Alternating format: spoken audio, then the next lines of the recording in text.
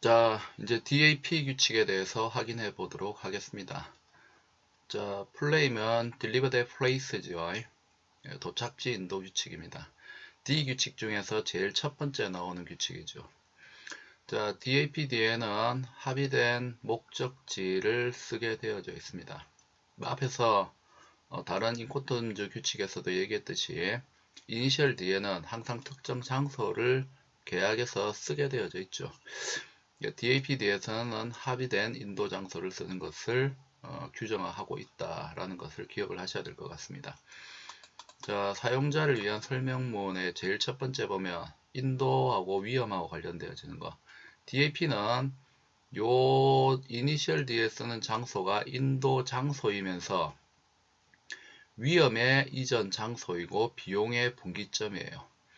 그래서 딜리버리하고 리스크하고 코스트가 전부 요 합의된 목적지가 바로 분기점이 된다라는 것을, 세 가지 다 분기점이라는 것을 꼭 기억하셔야 됩니다. 자, DAP는 셀러가 물품을 인도를 하고 그리고 매수인에게 위험이 이전되는데 어느 경우에 이전이 되어지느냐. 자, 합의된 목적지 또는 그러한 목적지 안에 합의된 어떤 목적 지점이 있으면은 바로 그 합의된 지점이죠. 요 장소에서 도착하는 운송수단에서 요 부분 중요하죠. Ready for unloading. 물품을 양화할, 즉 내려놓을 준비를 한 상태에서 at the disposal buyer, 매수인의 임의의 처분 상태로 물품을 두었을 때 셀러가 바이어에게 물품을 인도하는 것이고 위험도 이전하는 것, 그게 바로 DAP 규칙이다 라고 정의를 하고 있습니다. 자, 여기서 중요한 거, 물품을 내리지 않습니다. 즉 양화를 하지 않아요. 내릴 준비를, 양화를 할 준비를 한 상태에서, 따라서 물품을 양화하는 비용부터 전부 매수인이 부담한다라는 것을 알 수가 있겠죠. 이 장소가 바로 물품의 인도 장소이고 위험의 이전 장소이다. 하지만 물품을 양화하지는 않는다. 요거를 기억하셔야 되겠습니다. 자, 그리고 셀러는 합의된 목적지 또는 agree point within that place, 그 합의된 목적지 안에 합의된 목적 지점이 있다면 그 장소까지 물품을 bring, 가지고 오는 데 있어서 involved, 수반되는 all risk, 모든 위험을 감수한다. 따라서 이 인코텀즈 규칙에서는 인도하고 목적지에서의 arrival, 도착은 are the same, 같다라고 했습니다. 따라서 앞으로 유추할 수 있는 거는 delivery하고 arrival하고 이제 혼용해서 쓸 수도 있고, 그리고 두 개 같이 나온다 했을 때 우리가 굳이 뒤에 부분을 번역할 필요는 없겠죠. 왜냐하면 바로 인도가 바로 목적지에서의 도착이니까 도착이라고 했을 때도 인도라 번역하면 되고 인도라 나왔을 때 도착이라고 생각하면 되겠죠. 그래서 이 이후에 만약에 딜리버리하고 어라이벌이 나온다면 어라이벌 이하는 이제 더 이상 해석을 하지 않아도 될 것 같습니다. 그죠? 자, 제일 처음에 인도하고 위험하고 관련되어지는 부분 나왔습니다. 그러면서 비용하고 관련되어지는 것까지 함께 이야기를 했었습니다. 그래서 DAP 같은 경우에 요 DAP 이니셜 D에 오는 장소가 합의된 목적지입니다. 합의된 목적지. 그리고 이 장소에서 위험도 이전되고 비용도 분기가 일어납니다. 중요한 거는 요 합의된 장소에 도착했을 때 물품을 양화할 준비를 한 상태에서 매수인의 임의의 처분 상태로 둔다라고 했기 때문에 물품을 양화하는 영업비는 셀러가 부담하는 것이 아니고 바이어가 부담하는 것이다. 이렇게 정리를 하시면 될 것 같습니다. 운송하고 관련되어지는 형태는 모든 형태의 운송수단에 사용되어지는 규칙이다. 요거는 앞에 나왔던 거하고 똑같지요. 그래서 이 부분은 뭐 더 이상 할 필요는 없을 것 같습니다. 자, 그리고 이제 정확하게 인도 장소나 인도 지점을 구체화하기라고 했습니다. 그만큼 인코텀즈에서는 역시 앞에 있는 규칙들 마찬가지로 이 인도 장소가 상당히 중요한 부분이죠. C 규칙을 제외하고는 인도 장소에서 위험도 이전되고 비용도 이전됩니다. C 규칙은 인도 장소에서 위험은 이전되는 게 맞죠. 하지만 비용의 분기점은 다르죠. 어쨌든 인도 장소하고 리스크의 이전은 동일하기 때문에 11개 모두. 그래서 정확한 인도 장소 또는 인도 지점까지 구체화할 것을 권장하고 있습니다. 그래서 당사자들은 구체화할 것을 권장합니다. Destination, place or point as clearly possible. 가능한 한 명확하게 인도 장소 또는 인도 지점을 구체화할 것을 권고합니다. For several reasons. 몇 가지 이유 때문이라고 했습니다. 그 이유가 나오죠. 크게 인코텀즈에서는 세 가지를 이야기를 하고 있습니다. 첫 번째, risk of loss or damage to the good. 물품의 멸시 및 손상에 대한 위험은 transfer to the buyer, 매수인에게 이전되는데 at that point of delivery, destination. 어차피 destination이 delivery 장소죠. 그래서 인도 지점에서 바이어에게 물품의 멸시 및 손상에 대한 위험이 이전된다. 따라서 it is best for 이하의 사람, 셀러와 바이어 둘 다지요. 매매 당사자는 to 이하 하는 것이 가장 좋다 했습니다. It's best for clear about the point. 자, 바로 그 지점이죠. 그 지점이 어떤 지점이냐? critical transfer happen이죠. 결정적인 이전이 발생되어지는 그 포인트 지점에 대해서 셀러, 바이어, 당사자 둘 다 명확하게 하는 것이 좋다 했습니다.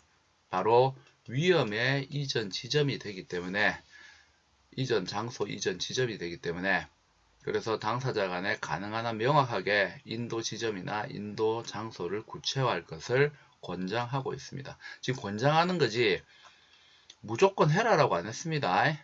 강력하게 무조건 하여야 된다라는 표현은 없어요. 당사자 자치, 당사자 합의 원칙이기 때문에 이 부분에서는 당사자들이 인도 장소를 합의를 하는 것까지 해도 상관은 없지만 후일 분쟁을 예방하기 위해서 포인트, 인도 지점까지도 여기는 플레이스 월 포인트죠. 플레이스까지 하는 것도 좋지만 포인트까지 했으면 좋겠다라고 하기 때문에 자, 여기에서 표현은 포인트라는 표현을 썼죠. 플레이스라는 표현보다는. 그래서 인도 지점을 구체화할 것을 권장을 하고 있습니다. 첫 번째 거는 위험의 이전 지점이기 때문에 그렇다. 자, 두 번째 거는 바로 비용이죠. The cost before that place or point delivery destination. 인도 지점 또는 인도 장소 전의 코스트 비용은 for account of seller, 매도인이 부담하고 after that place, 그 장소 이후의 코스트는 for account buyer, 매수인이 부담하기 때문이다. 그래서 인도 장소가 위험의 분기점이고 비용의 분기점이기 때문에 그래서 이 두 가지 때문에 아직 세 가지인데 한 개 더 남았죠. 이 두 가지는 일단 바로 위험하고 비용의 분기점이기 때문에 구체화할 것을 인도 지점을 구체화할 것을 인도 장소를 구체화할 것을 권장하고 있습니다. 세 번째, 셀러는 must contribute arrange for carriage of the good to the agreed place or point of delivery destination. 합의된 인도 장소 또는 인도 지점까지 물품을 캐리지 운송하는 데 있어서 필요한 컨트랙트 운송 계약, 컨트랙트 for carriage, arrange for carriage, 운송 계약을 체결을 하여야 한다 했습니다. If he fails to do so, 만약에 이 일을 하지 않는다면 seller is in breach of the obligation under Incoterms DAP rule. Incoterms DAP 규칙 하에서 계약을 위반한 것이다. 따라서 바이어는 손해배상 청구를 하게 될 것이다. 즉 손해배상 청구를 한다라는 뜻이 되겠죠. 그래서 이와 관련되어지는 예에 대해서 한 가지 예를 들고 있습니다. 따라서 예컨대 매도인이 자 on carriage란 말 나오죠. 후속 운송이란 뜻이에요. additional on carriage, 추가적인 후속 운송을 위해서 운송인이 매수인에게 부담할 수 있는 추가 비용에 대해서 additional cost, 추가 비용에 대해서 책임을 지게 된다라고 했습니다. 복합 운송을 포함한 모든 형태의 운송 수단에 사용되어지는 규칙입니다. 그래서 복합 운송이기 때문에 여러 개의 운송 수단이 결합이 되어서 운송이 되어지는 경우도 굉장히 많겠죠. 자, 그렇다고 한다면은 정확하게 그 장소 지점이 어디인지 합의하지 않고 그냥 크게 넓은 지점만 합의를 했을 경우에 운송인이 특정한 장소에 갔는데 실제 바이어가 원하는 장소는 그것보다 조금 더 내륙으로 안으로 들어가야 되는, 안쪽으로 들어가야 되는 그러한 장소라고 한다면 바이어가 별도로 운송 계약을 체결을 해야 된다는 문제가 발생을 할 수 있습니다. 그렇기 때문에 합의된 구체적인 인도 장소 지점을 DAP 규칙에서 명시적으로 해서 계약이 체결되었다면 그 장소까지 만약에 미치지 못하는 운송, 그리고 그와 관련돼서 추가적인 운송이 필요했을 경우에 이 비용하고 관련되어지는 것은 사후에라도 셀러가 당연히 지급을 해야 되는 거죠. 계약에서 구체적으로 합의를 해버리게 되면은 그 장소까지가 바로 물품의 인도 장소예요. 근데 그 장소까지 가지 못하게 되었을 경우에는 당연히 셀러는 그와 관련되어서 바이어가 후속 운송 수단을 수배를 했을 경우에 발생되어지는 비용에 대해서 셀러는 책임을 져야 되죠. 단순하게 뭐 서울특별시, 뭐 양산시, 광주광역시, 인천광역시 이렇게 합의하는 것은 좋지 않지. 왜냐하면 그 도시 안에서 실제로 원하는 장소가 있을 거예요. 그래서 두 사람이 구체적인 주소 번지까지 합의를 했습니다. 근데 셀러는 막연하게 운송인에게 어떤 구까지 가져다 달라라고 했다라고 한다면 그까지밖에 운송계약이 체결 안 돼 있죠. 거기에서 추가적으로 들어가야 될 장소가 있을 수 있다는 거예요. 거대한 물류센터, 물류단지도 얼마든지 많이 있습니다. 단순하게 물류센터라고 하면 안 돼요. 왜냐하면 물류센터, 물류단지, 예를 들어서 양산 ICD라고 했으면 구체화한 것 같습니다. 하지만 양산 ICD 가보시면 알겠지만 엄청나게 많은 기업들이 어마어마하게 많은 창고들에 물품을 적재를 해놨습니다. 입구에서 입구 끝쪽에 있는 창고까지 가게 되면은 트럭으로 20분 이상 달려야 돼요. 그렇다면 단순하게 양산 ICD를 했을 경우에 바이어 입장에서는 후속 운송 수단하고 즉 후속 운송 비용이 발생하는 거죠. 왜냐하면 셀러가 생각했던 부분하고 바이어가 생각했던 부분에 차이가 발생을 하죠. 그래서 양 당사자 모두 계약하고 관련되어서 구체적인 인도 지점, 인도 장소를 합의하는 게 좋고, 그렇게 합의를 했을 경우에 실제로 셀러가 수배한 운송이 그 지점까지 미치지 못한다면 추가적인 운송이 발생하게 될 것이고, 그와 관련되어지는 비용은 전부 셀러가 부담을 해야 되는 거죠. 자, 셀러는 도착하는 운송수단에서 물품을 양화할 필요가 없다. 하지만 만약에 합의된 목적 장소에서 물품을 언로딩 내리는 거하고 양화하는 거하고 관련되어진 운송 계약 하에서 비용을 셀러가 부담하였다면 이 부분 중요하죠. Seller is not entitled. 권리가 없다라 했습니다. Recover such cost separately from the buyer. 매수인으로부터 별도로 그 비용을 회수할 권리가 없습니다. Unless otherwise agreed between the parties. 당사자 간에 별도로 합의하지 않는 이상은 이라고 했습니다. 자, 인코텀즈 상에서는 목적지까지 가는, 도착지까지 가는 운임을 매도인이 부담을 하는 겁니다. 하지만 실제 운송사들은 셀러하고 바이어 사이에 있어서의 매매 계약에 있어서의 운송비 부담 원칙하고는 상관없이 나름대로 선박회사들이 있는지 운송회사들은 자신들이 운임을 계산하는 방식이 다 따로 정해져 있죠. 그래서 어떤 운송사는 물품을 선적하는 비용, 실제 운송하는 비용, 내리는 비용까지 합산해서 운임을 청구하는 회사도 있고, 어떤 회사는 물품을 선적하는 비용, 그 다음에 실제 운송하는 비용까지만 해서 운임을 청구하는 기업들도 있습니다.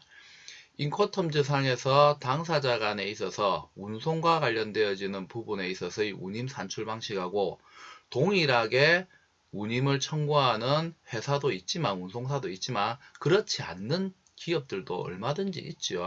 이 세상에 존재하는 운송사들이 어마어마하게 많이 있습니다. 국적도 다르고 큰 기업도 있고 작은 기업도 있고 장거리 수송도 있고 단거리 수송도 있습니다. 그러한 모든 선박회사나 운송사들이 전부 동일한 운임요율 체계를 가지고 있다. 그렇게 상상하는 것 자체가 잘못된 거죠. 셀러하고 바이어 사이의 매매 계약하고 운송인들이 화주랑 체결하는 운송 계약에서의 운임 산출하는 방식이 무조건 같아야 된다는 것은 말이 안 되는 겁니다. 그죠? 그렇기 때문에 운송사들이 관행하고 인코텀즈상에서 규정하고 있는 이 내용하고는 당연히 차이가 있겠죠. 그러다 보면은 실제로 셀러 입장에서는 인코텀즈 원칙대로 선적비하고 주운송비까지만 해서 처음에 두 사람이 계약 체결했을 때 원가 산정을 했을 거예요. 근데 막상 운송 계약을 체결한 운송사는 실제로 선적비에 주운송비에 양화비까지 포함시켜서 운임을 청구하는 기업입니다. 운송사들이 전부 개별적으로 한 명 한 명 하주에 대해서 따로따로 다 별도로 운임 체계를 가지고 운송 계약을 체결하지는 않아요. 일관성 있게 딱 한 개의 원칙을 또는 6개, 7개의 원칙을 정해놓고 거기에 해당되는 그룹들에 따라서 다 동일하게 운임을 적용합니다.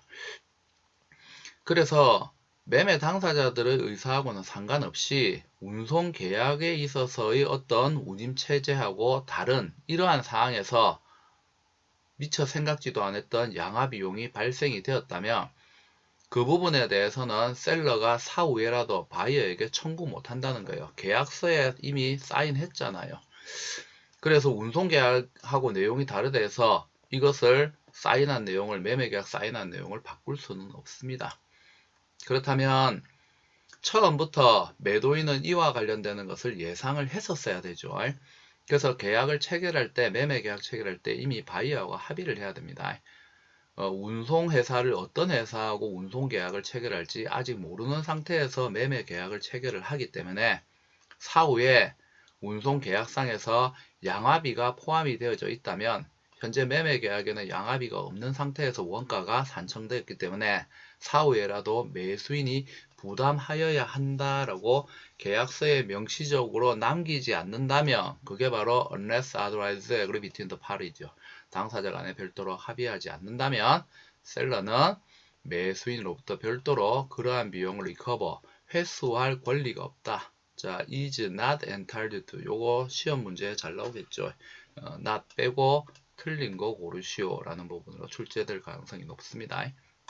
자, 수출입 통관과 관련되어지는 규정 DAP 규칙은 적용 가능한 경우 물품의 수출 통관을 매도인이 하는 것이 요구가 됩니다. 하지만 셀러는 has no obligation 의무가 없다라고 했습니다.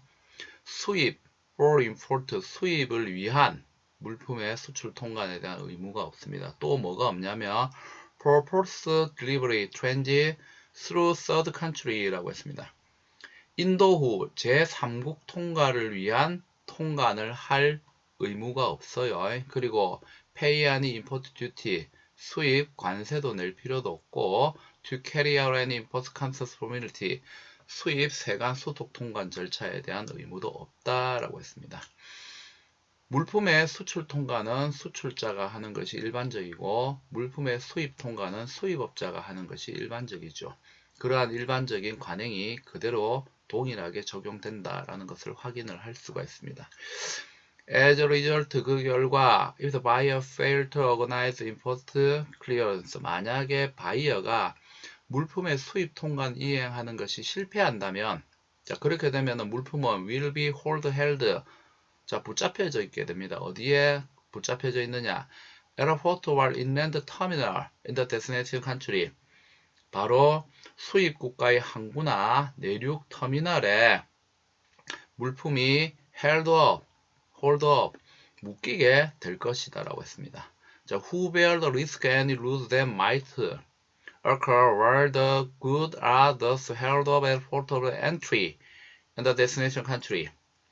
그렇다면 물품이 목적지 국가의 입국 항구 port of entry 입국 항구에 묶여져 있는 동안에 발생되는 물품의 멸실 및 손상에 대한 위험은 who bear 누가 책임져야 하느냐 누구의 부담이냐 라고 했습니다. 자, 그 대답은 바이어다 라고 했죠. 바이어가 매수인이 여기에 대해서는 책임을 져야 된다.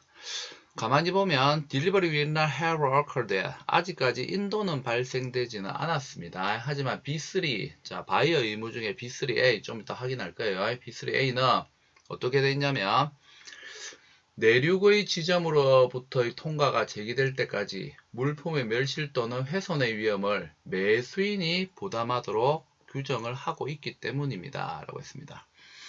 자, 물품이 목적지까지 인도가 일어나야 되는데 결국은 인도가 발생되지 못한 것은 수입업자가 수입 통관 절차를 이행해줘야 그 목적지까지 갈 수 있는데 수입 통관 절차를 이행해주지 않았기 때문에 어쩔 수 없이 목적지까지 못 가게 된 거기 때문에 지금 인도가 발생되지 않는 것에 대한 책임 소재를 단순하게 인도가 일어나지 않았다 해서 셀러 책임으로 보면 안 된다 라는 얘기를 하고 있는 겁니다. A라는 지점이 목적지인데 수입국의 세관 수속 통관 절차를 거쳐서 다른 말로 하면 관세선을 넘어서 들어가야 되는 위치에 있습니다. 이 위치까지 가기 위해서는 무조건 수입 세관 수속 통관 절차를 이행을 해야 돼요. 근데 DAP 규칙을 사용하게 되면 수입 세관 수속 통관 절차를 바이어가 해야 됩니다. 따라서 이 A라는 목적지까지 가기 위해서 셀러가 물품을 A라는 목적지까지 운임을 다 운송인에게 처음부터 선불로 지급했다 하더라도 물품이 가다가 결국은 통관을 위해서 세관의 창고나 장치장에 장치가 되어져서 기다리고 있을 거예요. 통관만 되어진다면 언제라도 이 물품은 목적지까지 가게 됩니다. 하지만 바이어가 통관과 관련되어지는 자신의 의무를 이행하지 않음으로 인해서 이 물품은 계속해서 항만에 지금 묶여져 있는 상태가 되는 거죠. 근원적인 원인은 바로 바이어가 수입 세관 수속 통관 절차를 이행하지 않았기 때문에 발생되어지는 거죠. 단순하게 물품이 목적지까지 오지 않았다는 이유만으로 이 책임을 셀러의 책임으로 할 수 없다라는 겁니다. 할 수 없다라는 거. 자, 그래서 B3에 있는 A에 대한 내용을 보면 바이어는 failed to fulfill its obligation in accordance with B7. 좀 이따 B7도 볼 거예요. B7 통관입니다. B7하고 일치하는 의무를 만약에 바이어가 이행하는 것이 실패한다면, 하지 못하게 된다면 그 결과로 인해서 발생되는 모든 위험을 뭐 해야 된다고요? 감수해야 한다라고 했습니다. B7에 보면은 이제 수입 세관 수속 통관 절차와 관련되어지는 내용 중에 이런 말이 있죠. Buyer must carry out and pay all formality required by the country of the import. 수입 국가에서 요구하는 모든 수속 통관 절차를 이행하여야 된다 했습니다. 근데 이와 관련되어지는 것은 단순하게 세관에서 요구하는 수입 세관에서 요구하는 것뿐만 아니고 뭐도 있냐면 임포트 라이센스도 있어요. 우리가 수입 인허가라 부르죠. 수입 인허가와 관련되어지는 절차까지 다 이행을 해야 됩니다. 그래서 특정한 물품들이 통관이 되고자 할 때는 단순하게 세관에서 물품 자체에 대해서 검사와 관련되어지는 부분만 이행하는 것이 아니고 사전에 특정한 인가, 허가, 이름과 관련되어지는 부분까지 전부 다 포함을 해서 수입 세관 수속 통관 절차, 수속 통관 절차라고 불러요.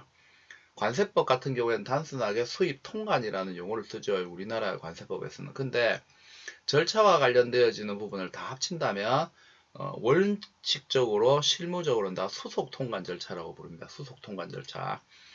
그렇기 때문에 단순하게 그 수입 신고된 내역하고 그 다음에 서류, 물품이 일치하는 여부만 확인하는 것이 아니고 필요하다면 인허가 관련되어지는 것까지 전부 다 포함을 해서 의무사항으로 규정을 하고 있습니다. 그렇기 때문에 수입 세관 수속 통관 절차와 관련되어지는 부분에 대해서는 셀러가 하느냐 바이어가 하느냐 이 부분이 상당히 중요한 일이 될 수가 있는데 왜 일반적으로 수출 통과는 수출자하고 수입 통과는 수입업자가 한다라고 규정을 하냐면 수출국의 상황이나 수출국의 인허가는 그 나라 국민이 하는 것이 가장 절차나 이런 부분들이 외국인이 하는 것보다도 당연히 쉽겠죠. 남의 나라 국가의 세관 소속 통관 절차를 이행한다라고 하는 것은 어마어마하게 전문적인 지식이나 능력이 있어야 되고 기업의 규모도 엄청나게 커야겠죠. 보통 지사가 있는 경우에 가능하죠. 일반적인 경우에 거의 불가능하죠. 그래서 요와 관련되어지는 부분에 있어서 당연히 수입 세관 소속 통관 절차를 바이어가 이행하지 않음으로 인해서 발생되어진 추가적인 비용들이기 때문에 이 부분에 대해서는 바이어가 책임을 져야 된다는 거죠. 이러한 시나리오를 회피하기 위해서 그렇다면은 당사자들은 intend the seller to clear the group for import, 예를 들면 수입 세관 소송 통관 절차를 매도인이 한다든지 수입 관세나 세금 이런 부분들도 전부 다 셀러가 하기를 원한다면, 자, 그리고 여기에 UTOR 텍스로 이제 구별을 했습니다. UTOR 텍스. 여기에 텍스는 내국세를 뜻하는 거죠. 내국세. 그래서 수입 관세나 내국세도 셀러가 부담하기를 원한다면 당사자들은 DDP 규칙 ED에 셀러가 수입 세관 수속 통관 절차, 수입 관세하고 부과되는 내국세 부분까지 전부 다 부담을 할 수도 있는 규칙에 해당되는 게 바로 DDP 규칙이죠. DDP 규칙, 관세 지급인도 규칙이라는 거죠. 그래서 관세 지급인도 규칙을 사용하는 것을 고려할 수 있다라고 했습니다. 그러니까 이 부분에 대해서는 판단은 셀러 바이어 둘이서 해라는 거죠. 하여야 한다라고 안 했어요. 고려할 수 있다 했어요. 그래서 계약에서 당사자들이 합의를 해서 인코텀지에서는 DDP를, ICC에서는 DDP를 하는 것이 좋다. DDP 규칙을 만들어 놨기 때문에. 근데 꼭 그런 건 아니에요. 당사자가 합의해서 다른 어떤 대안이 있다면 그 대안을 계약서상에 명시하고 적용하는 것도 올바른 방법이 될 수가 있겠지요. 자, 이번 시간에는 DAP 규칙에 대해서 간단하게 확인을 해봤습니다. 다음 시간에 DPU 규칙에 대해서 확인하도록 하겠습니다.